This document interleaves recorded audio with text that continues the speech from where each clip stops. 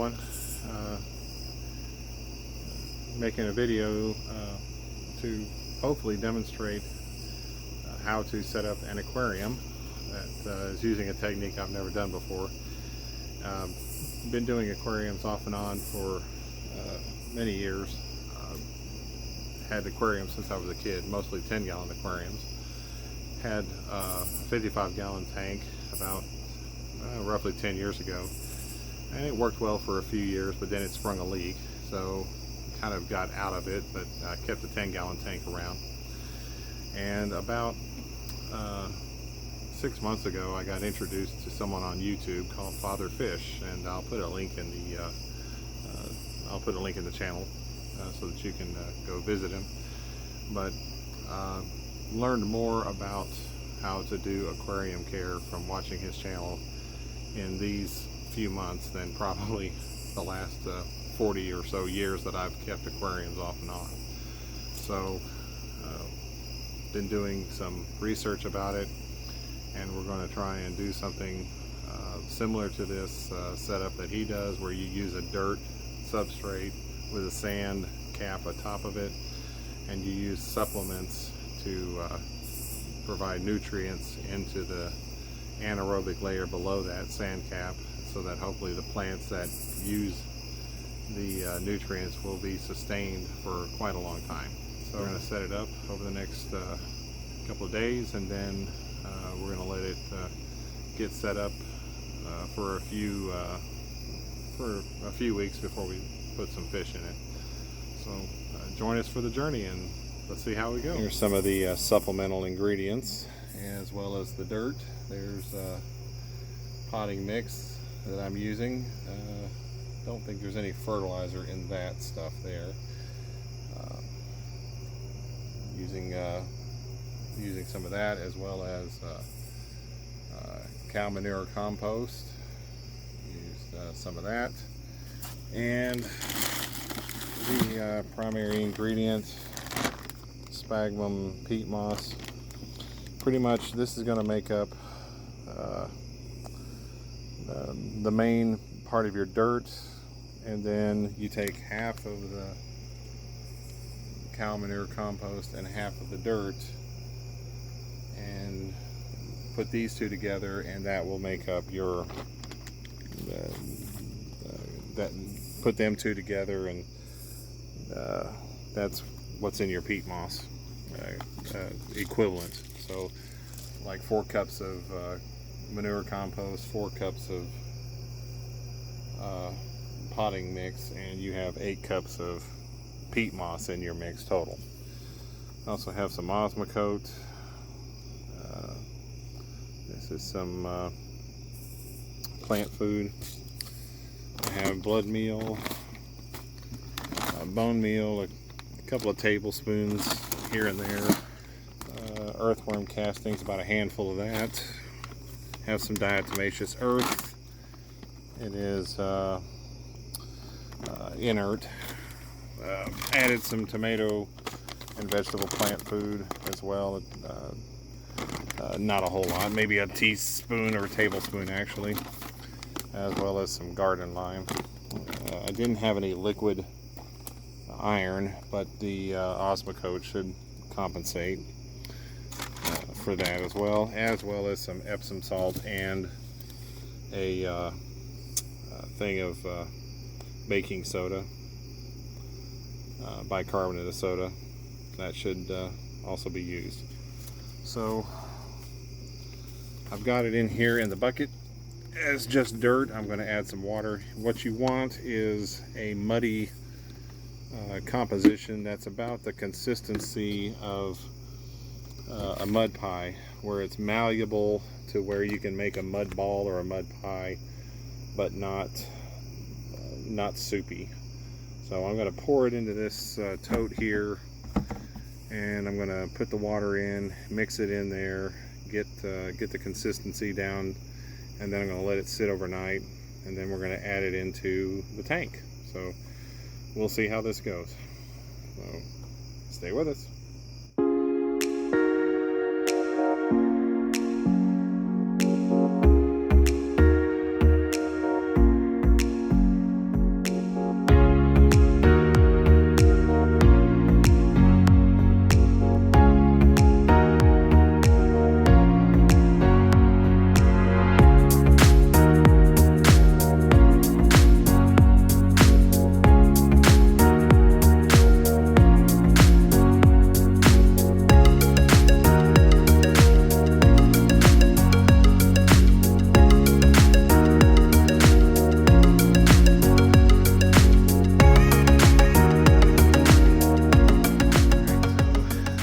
just finished putting some water in.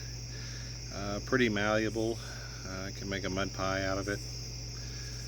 Seems to be pretty consistent with that. Not too soupy, or not soupy at all, really. So what I'm going to do is I'm going to let that sit overnight, and I'll put a cover over it, and so it doesn't dry out. Tomorrow around noon, and we're going to see about putting this together. Now, I have a method for putting this into my 55-gallon tank and not letting the dirt show through the sand substrate, and I'll show you that here momentarily. So stay with us, and we'll see you tomorrow. Alright, so here's the tank as we get ready to set it up, and you'll notice there's some wood in here. I'm going to try something. I don't know if this is going to work. It's either going to work really well, it's going to blow up in my face, but I'm going to try doing something where I'm going to try and make the dirt substrate not visible. So what I'm going to do is I'm going to put the dirt inside of the box here, and then I'm going to put the sand on the outside, and I've marked it. Let me put this around here where you can see it, and I've made a line here where you can see the sand cap minimum here at 3 inches, and on the inside there you can see I've got a mark at 1 inch for the dirt. So I went to the home improvement store. I got a 96-inch board that was a 1x5 and had two 44-inch segments cut, and then the 8-inch remainder is used as the end piece here. So I actually had one 3.5-inch board that I had as a scrap, and I actually cut off an 8-inch piece of that, and I'm using it here. And that 3.5-inch piece I'm actually going to kind of use as a baseline for some of the sand capping here. So I'm going to get some heavy-duty tape around the corners. I'm going to start with the dirt and then put the sand around on the edges, and that way when you look at it, all you see is the sand. You don't see the dirt on the inside of it. We'll get that filled up, then I'll take the boards out, and then fill the rest of it in with sand. The sand is coming from a river in North Carolina that I went to last weekend. I've got some pool sand to do filler in case I don't have enough. I will probably do about maybe a little bit here, maybe a 1/2 inch inside with pool sand, just to begin with, just to make sure I do have enough. And then I'll start on the outside with the river sand, and we'll see how that goes. So that'll be a little bit later today. I got my father fish plants in today. They're in a bucket of water hydrating, and we'll see how everything looks. And so hopefully everything's gonna look really nice.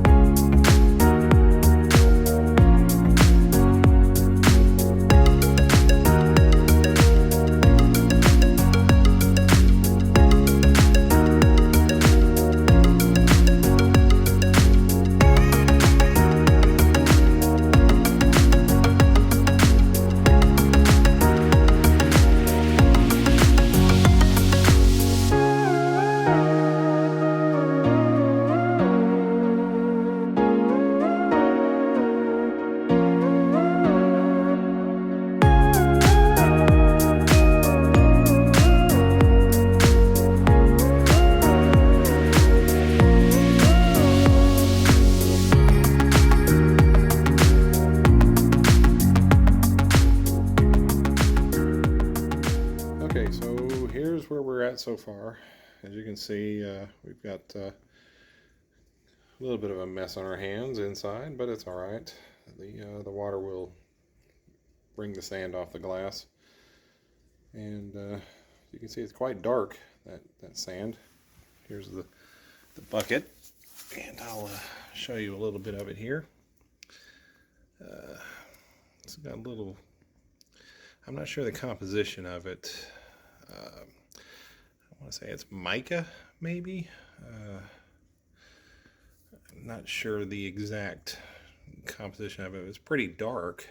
If you saw it in contrast with the pool sand, here's the pool sand there, and in contrast with the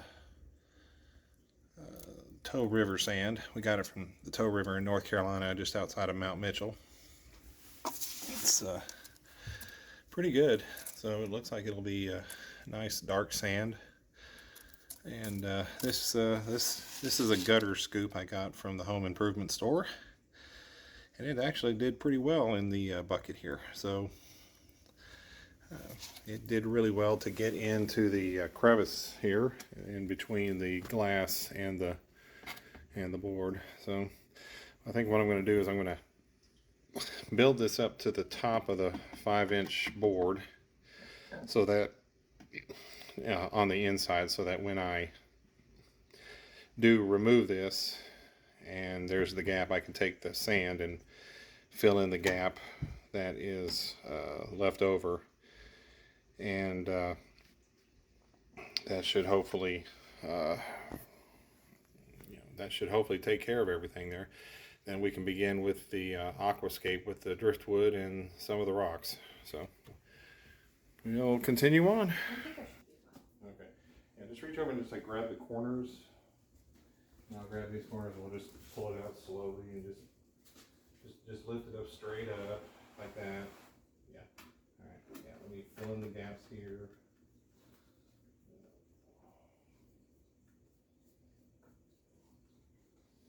It's fine if it collapses. I'll drop this down. You can keep yours lifted up real quick. Are you okay? Mm-hmm.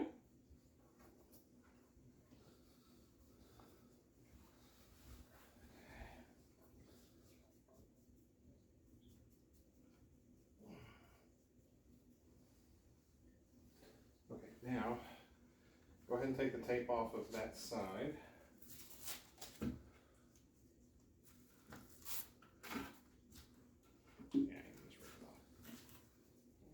This one's swung back, so be careful. Yeah. I'm glad I landed in the sand and not in the glass. Well, it's pretty thick glass, so, but still I don't want to take that chance either. And it does need a little bit more sand here. But I did. Can I take them out? Yeah. Fully out? Yeah, hang on a second.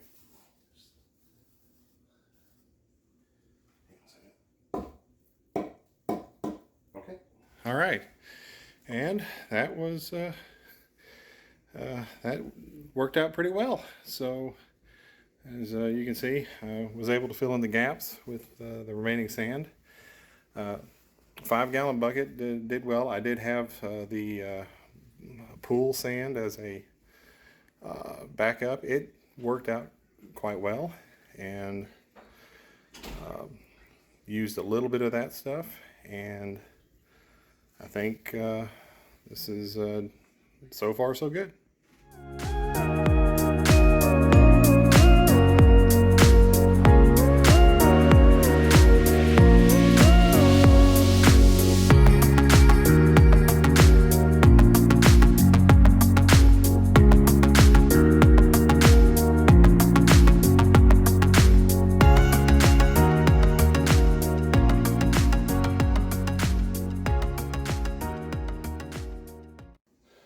So time to put some water in and see if this driftwood floats. I'm thinking it might. I know this one probably will. So I'm probably gonna have to get a rock that's big enough to weigh this down. and put it under the sand so that it'll stay down. I may put some sand on top of that, bury it down, and put a couple of rocks there to keep it weighed down pretty good. That's why I've got some rocks in here. So we'll see how that goes.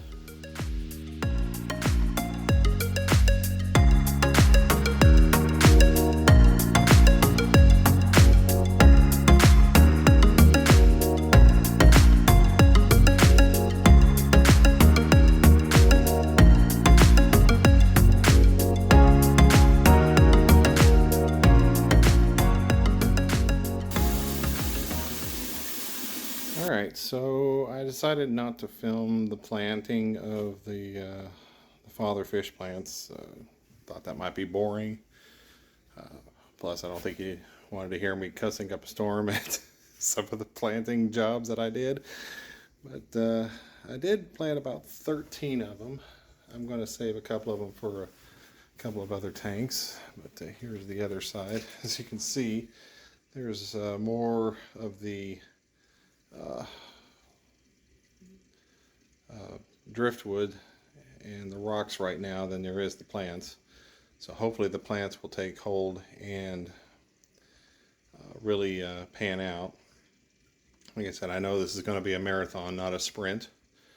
So this is going to take a while to really flourish out. So I will see about getting some more plants later on, but for now this is kind of looking pretty good. The water is a lot clearer than I expected it to be. The sand from the Tow River looks really nice, and so I'm going to fill it up the rest of the way. Probably won't show that. I'll turn on the filter and the heater and put the lights on, and we'll see how it looks. So stay tuned. So this is what the aquarium looks like after 48 hours. Water is a lot clearer. The rock here that's going to change. It's actually being used to weigh down the driftwood there. That large piece of driftwood, it is driftwood for a reason. It wants to float. So we're going to get something a little more similar to the color to weigh it down, and then find another piece that'll probably over in that area that will look a little more natural to it. I'll be going out sometime later this week to find it. When we put the driftwood, we found it in a lake near here, and we put it in a tote and kept it there. We put it in some water for a few days, and there were some creatures in there of some sort, so we actually put them in here as well to help get the cycle going. So maybe they'll get the cycle going, or maybe I've introduced something invasive. We'll find out soon enough. And hello again, everyone. It's now Wednesday. It's been 4 days since we put it together. A couple of updates. Still have yet to find a replacement for the rock right here. That is up and coming. I took a plant out of my 10-gallon tank and I introduced it in here, so to give it a little bit more plants to get in here. I also put some duckweed in, so that's took it out of another tank. I don't know if you can see it back there in the back there. That's my pickle jar. It's got some shrimp in there, so I'm going to be taking them out at some point and putting them in a different aquarium that I'm working on. But everything's coming along pretty nicely. That rock is going away. Going to work on putting some sand, putting some more sand to help bury this driftwood and give it some more depth in there. Found out that those little bugs, I don't know if you can see it in there, there's one swimming around right now. Those are mosquito larvae. So, and I think I just now found out we have a friend. What is that little guy? What is this? That is a snail. Holy crap. That little guy right there. I have our first snail. I don't know if he hitchhiked on Father Fish or if, well, maybe he hitchhiked with that plant from the 10-gallon tank. So, who knows? Holy cow. So, but here's the other side. I haven't shown that one yet. Both pieces of driftwood I got from a lake near here. I really like this first piece. I love it. It looks like a beaver chewed on it. I don't know what the story was behind it, but I got it first. I've had it for several weeks, a couple of months actually. Left it out and kind of dried on me. Then I put it in the tote with the other driftwood we found. The big piece, that big piece was the first piece. So, but definitely wanted to use this piece. I love it. I love how it just looks incredibly good. So everything else is coming along quite well. Got some more plants on order, and still a work in progress, but doing quite well. I'm pretty happy with it. So let me bring it around here. I love how the driftwood has all these little pits in it. I love this rock too. I mean, this rock has pits in it as well, and I'd love to use it. It just doesn't contrast well with this layout. This little rock here, we got it from the Tow River. Some of these little small rocks we got from the Tow River, so we wanted to keep it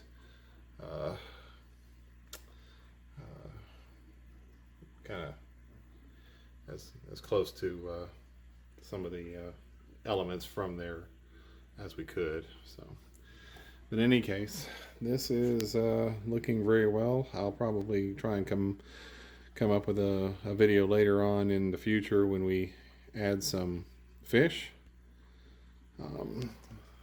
Seeing some coloration here. I don't know if it's algae or if it's bacteria or what.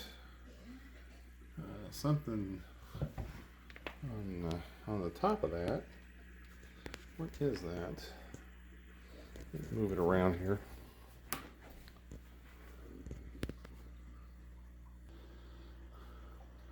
Looks like we got another snail friend here too. We got two snails at least. So two new residents of our new aquarium. So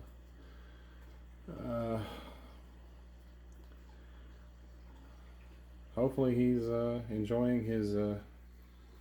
Hopefully this is a good food source for him. So we'll find out soon enough. But anyway, with that, I'll sign off for now. Oh, one more thing. Okay, so I got the sand from North Carolina, and I got some of the rocks from North Carolina. Something else that came out of North Carolina that I also picked up: moonshine. This is Jim Tom's signature rye whiskey moonshine, and if you're familiar with the show Moonshiners, he was a regular on the show, and he passed away not too long ago. So in honor of his passing, I'm going to have a toast to him and celebrate him and thank him, because I'm pretty sure some of that sand and some of that river water probably played a part in making some of this moonshine, and at some point in that in time.